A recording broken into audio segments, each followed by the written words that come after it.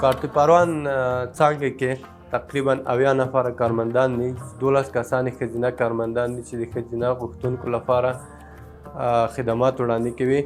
د 8 بجو څخه تر 4 بجو پورې موږ کاري وخت لرو. رسمیت د غوښتونکو ظرفیت د مراجعینو پورې اړه لري چې چېرته دوی زیات راشي. موږ تقریبا د کارت پروان څانګه کې له 600 تر 1000 پورې کسانو ته خدمات وړاندې کولی شو.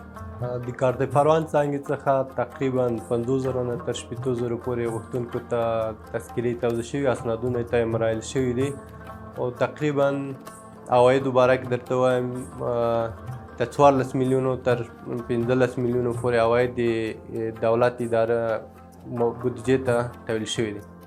له چاپ وروسته خدمات مونږ لرو چې یو مسانه تذکیره د هغه کسان تذکیرې ورکړل شوي سوځېدلي، موږ ورته دویم چاپ یو او د کورنۍ د غړو پاتې اعضا دي چې موږ یې د دوی فاملي کوډ ته اضافه کوو او هغه کسان چې نوي واده شوي وي هغوی ته فاملي کوډ جوړوو.